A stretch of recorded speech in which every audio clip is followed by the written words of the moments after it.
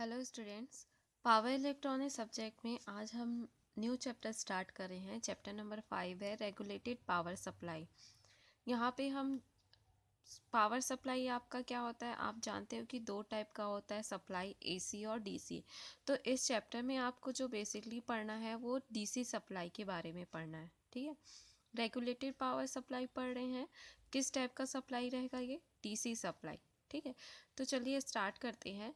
Power supply, तो power supply को यहाँ पे हम दो पार्ट में डिवाइड करते हैं। एक है आपका अनरेगुलेटेड पावर सप्लाई और एक होता है रेगुलेटेड पावर सप्लाई। यहाँ पे इस चैप्टर में पावर सप्लाई का मतलब आपको डीसी से लेना है। क्लियर? यहाँ पे हम एसी नहीं पढ़ेंगे, हम यहाँ पे क्या पढ़ रहे हैं? डीसी। तो डीसी के केस में क्या हो रहा है, जो पावर सप्लाई है उसको भी हम दो पार्ट में डिवाइड कर रहे हैं, अनरेगुलेटेड पावर सप्लाई और रेगुलेटेड पावर सप्लाई। तो चलिए फर्स्ट हम समझते हैं कि अनरेगुलेटेड पावर सप्लाई क्या होता है। तो देखिए यहाँ पे एक डायग्राम बनाया गया है। ठीक है, जैसे कि आपने रेक्टिफायर पढ़ा है। ठीक है, रेक्टिफायर क्या काम करता है? एसी को डीसी में कन्वर्ट करता है ना। आपने दो टाइप का रेक्टिफायर पढ़ा होगा, एक अनकंट्रोल्ड रेक्टिफायर और एक क्या होता है? Controlled rectifier. अनकंट्रोल्ड रेक्टिफायर में हम क्या करते हैं? डायोड का यूज़ करके एसी को डीसी में कन्वर्ट करते हैं, और कंट्रोल्ड रेक्टिफायर में हम थायरिस्टर का यूज़ करते हैं, सिलिकॉन कंट्रोल्ड रेक्टिफायर SCR। तो यहाँ से आपको क्या मिलता है? ये भी आपको एसी को डीसी में कन्वर्ट करता है रेक्टिफायर, अगर उस रेक्टिफायर को आप SCR का यूज़ करके बना रहे हो तो। ठीक है, तो क्या होता है, आप एसी के देते हो, ये एक ब्लॉक डायग्राम है डीसी सप्लाई का। तो क्या होता है, यहाँ से हम एसी सप्लाई दे रहे हैं, ये आपका क्या सप्लाई है? एसी। एसी इनपुट दिए, अब ये इनपुट किस में जाता है? ट्रांसफार्मर के थ्रू जाता है। ठीक है, ट्रांसफार्मर क्या करता है? इस वोल्टेज के लेवल को जो आप इनपुट दे रहे हो उसको स्टेप अप करता है या फिर स्टेप डाउन करता है, आपके अकॉर्डिंग, आपके रिक्वायरमेंट के अकॉर्डिंग वो क्या करेगा? स्टेप अप करेगा और स्टेप डाउन करता है। उसके बाद ये जो सप्लाई है ट्रांसफार्मर से कहाँ जाता है? रेक्टिफायर में जाता है। तो रेक्टिफायर का बेसिक काम क्या होता है? रेक्टिफायर क्या करता है, जो आप एसी सप्लाई दे रहे हो उसको वो किस में कन्वर्ट करता है? डीसी में कन्वर्ट करता है। क्लियर?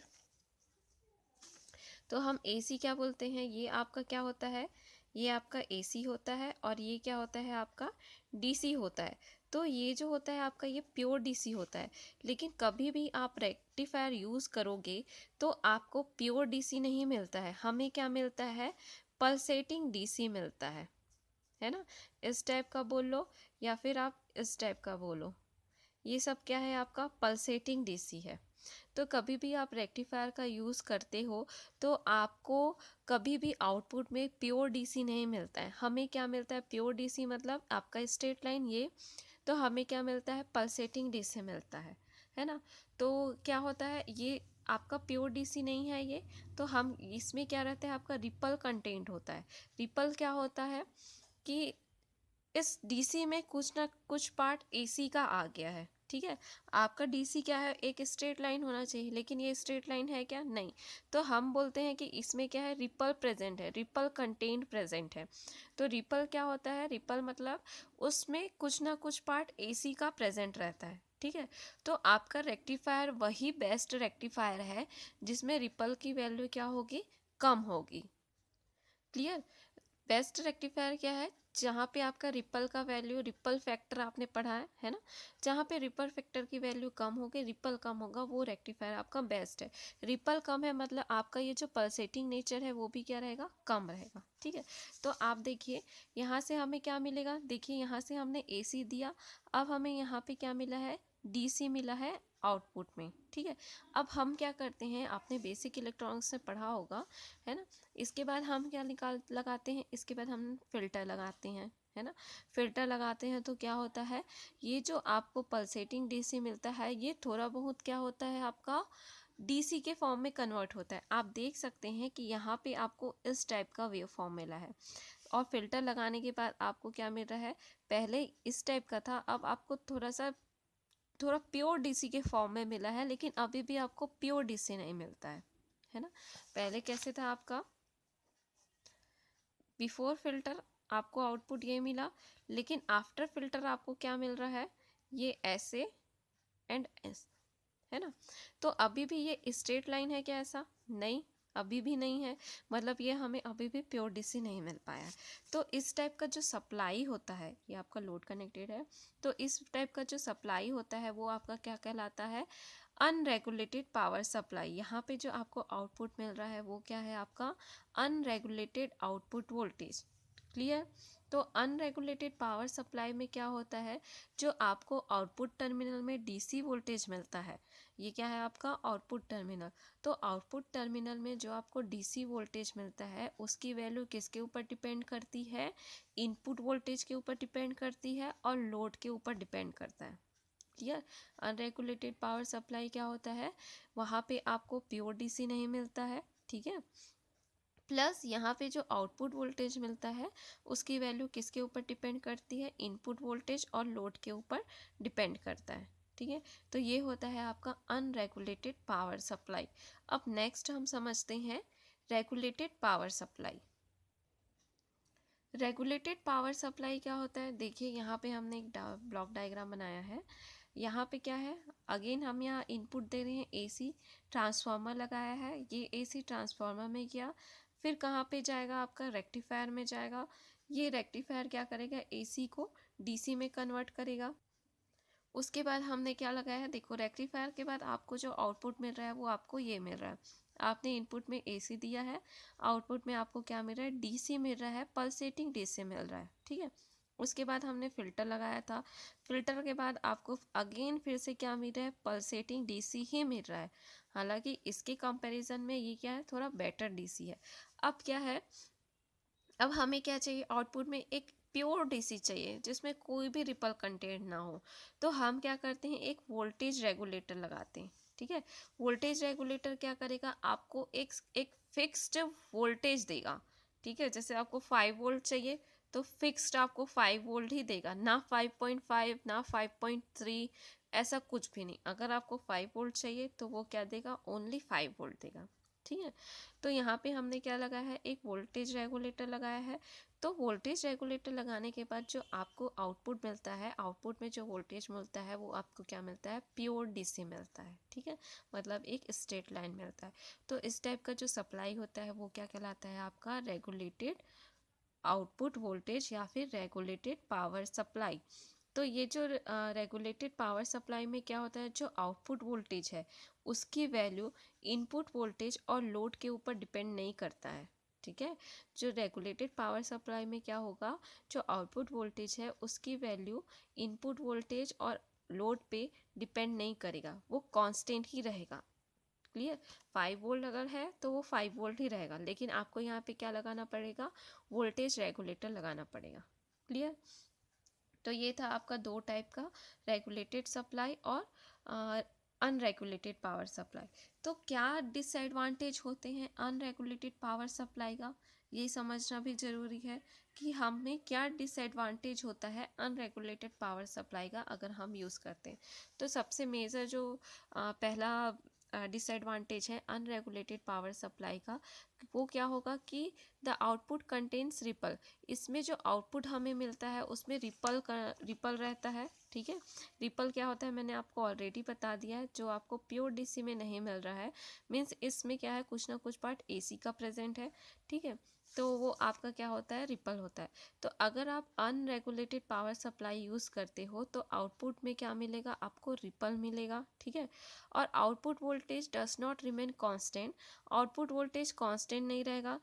क्यों कांस्टेंट नहीं रहेगा, क्योंकि आपने देखा है कि अनरेगुलेटेड पावर सप्लाई में हमारा जो आउटपुट वोल्टेज है वो किसके ऊपर डिपेंड करता है, इनपुट वोल्टेज और लोड के ऊपर डिपेंड करता है। नेक्स्ट हम देखते हैं, the ripple content in the output voltage will increase with increase in load current. तो जैसे जैसे आपका लोड करेंट इंक्रीज होगा वैसे ही क्या हो, आपका जो आउटपुट में रिपल है वो भी क्या होगा, रिपल कंटेंट वो भी इंक्रीज होते हो जाएगा। तो हमें तो रिपल चाहिए ही नहीं ना। तो अगर आप अनरेगुलेटेड पावर सप्लाई यूज़ करोगे तो क्या होगा, जैसे जैसे लोड करेंट इंक्रीज होगा आपका जो है रिपल कंटेंट भी क्या होगा, इंक्रीज होगा। The output voltage changes due to change in any of the following parameters: input voltage, load current और temperature। तो क्या बोल रहा है, अगर आप अनरेगुलेटेड पावर सप्लाई यूज़ कर रहे हो तो जो आउटपुट वोल्टेज है वो चेंज होगा क्यों चेंज होगा? अगर इन 3 पैरामीटर में चेंज हुआ तो आपका आउटपुट वोल्टेज भी क्या होगा? चेंज होगा। अगर आपका इनपुट वोल्टेज चेंज हुआ, लोड चेंज हुआ, टेम्परेचर चेंज हुआ, तो आपका आउटपुट वोल्टेज भी क्या हो जाएगा? चेंज हो जाएगा। तो ये था आपका डिसएडवांटेज था किस चीज़ का? अनरेगुलेटेड पावर सप्लाई का। अब हम देखते हैं कि हमें रेगुलेटेड पावर सप्लाई की ज़रूरत क्यों पड़ी? क्योंकि आपके जितने भी इलेक्ट्रॉनिक्स इक्विपमेंट है उसमें क्या होता है, आपका आईसी लगे, उसमें क्या लगा रहता है, आपको उसको डीसी सप्लाई देना रहता है ना। तो उसको जितने भी इलेक्ट्रॉनिक डिवाइसेस हैं उनको एक कांस्टेंट सप्लाई की ज़रूरत रहती है। अगर आप उनको वेरिएबल सप्लाई दोगे ना तो वो जल्दी ख़राब हो जाते हैं। तो जितने भी आपके इलेक्ट्रॉनिक्स इक्विपमेंट्स होते हैं, सर्किट्स होते हैं और इंटीग्रेटेड सर्किट चिप में जो यूज़ होने वाला सप्लाई है उनको एक कांस्टेंट डीसी वोल्टेज मिलना चाहिए। तो ऐसी जगह पे हम क्या करते हैं, रेगुलेटेड पावर सप्लाई का यूज़ करते हैं। तो नेक्स्ट हम देख लेते हैं कि क्या क्या एप्लीकेशंस होते हैं रेगुलेटेड पावर सप्लाई का, है ना। तो एप्लीकेशन हम लोग देखते हैं। Application of regulated power supply logic circuit में यूज़ करते हैं, ऑपरेशनल एम्पलीफायर में यूज़ करते हैं, और जितने भी आपके इलेक्ट्रॉनिक इंस्ट्रूमेंट होते हैं वहाँ पे हम रेगुलेटेड पावर सप्लाई यूज़ करते हैं। अब एडवांटेज क्या होता है रेगुलेटेड पावर सप्लाई का? तो जो जो डिसएडवांटेज था अनरेगुलेटेड पावर सप्लाई का, अब वो एडवांटेज हो जाएगा किसका? रेगुलेटेड पावर सप्लाई का।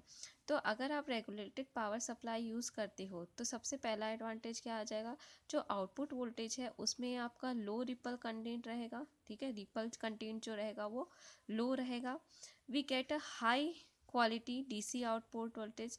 रिपल कम है, ज़ीरो है, तो आपका जो डीसी का क्वालिटी है वो क्या रहेगा? प्योर रहेगा, डीसी रहेगा, ठीक है।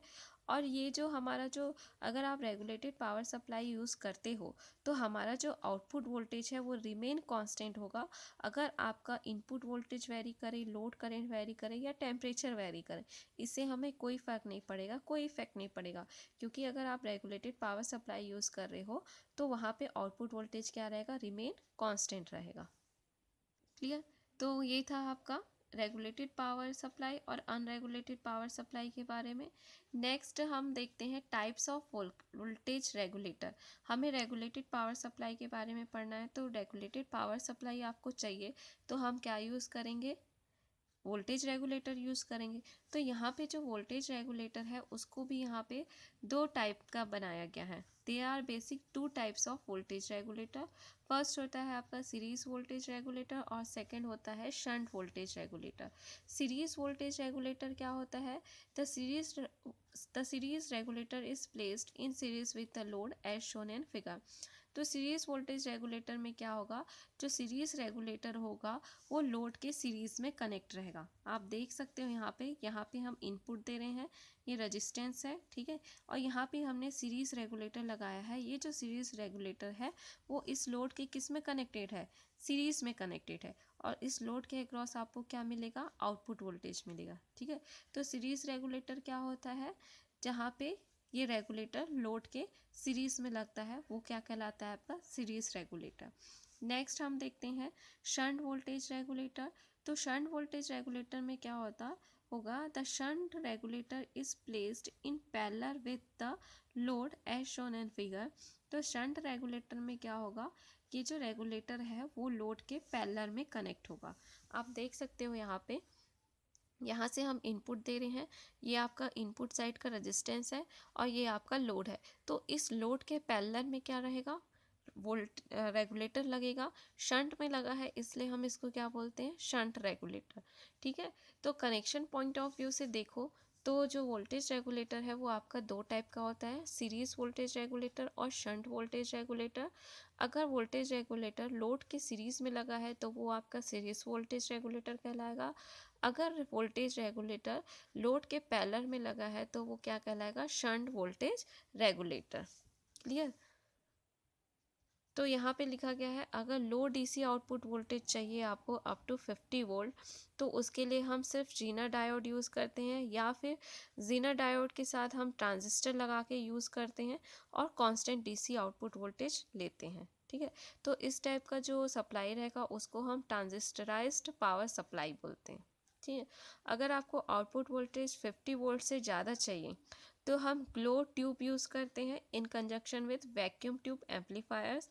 इस टाइप की सप्लाई को जनरली ट्यूब पावर सप्लाई बोलते हैं और यह वैक्यूम वॉल्स के प्रॉपर ऑपरेशन के लिए यूज़ किया जाता है। ठीक है, तो अगर आपको अप टू 50 वोल्ट चाहिए डीसी आउटपुट वोल्टेज, तो वहाँ पे हम क्या करते हैं, जीनर डायोड भी यूज़ कर सकते हो आप, इन कंजक्शन विथ ट्रांजिस्टर भी यूज़ कर सकते हो।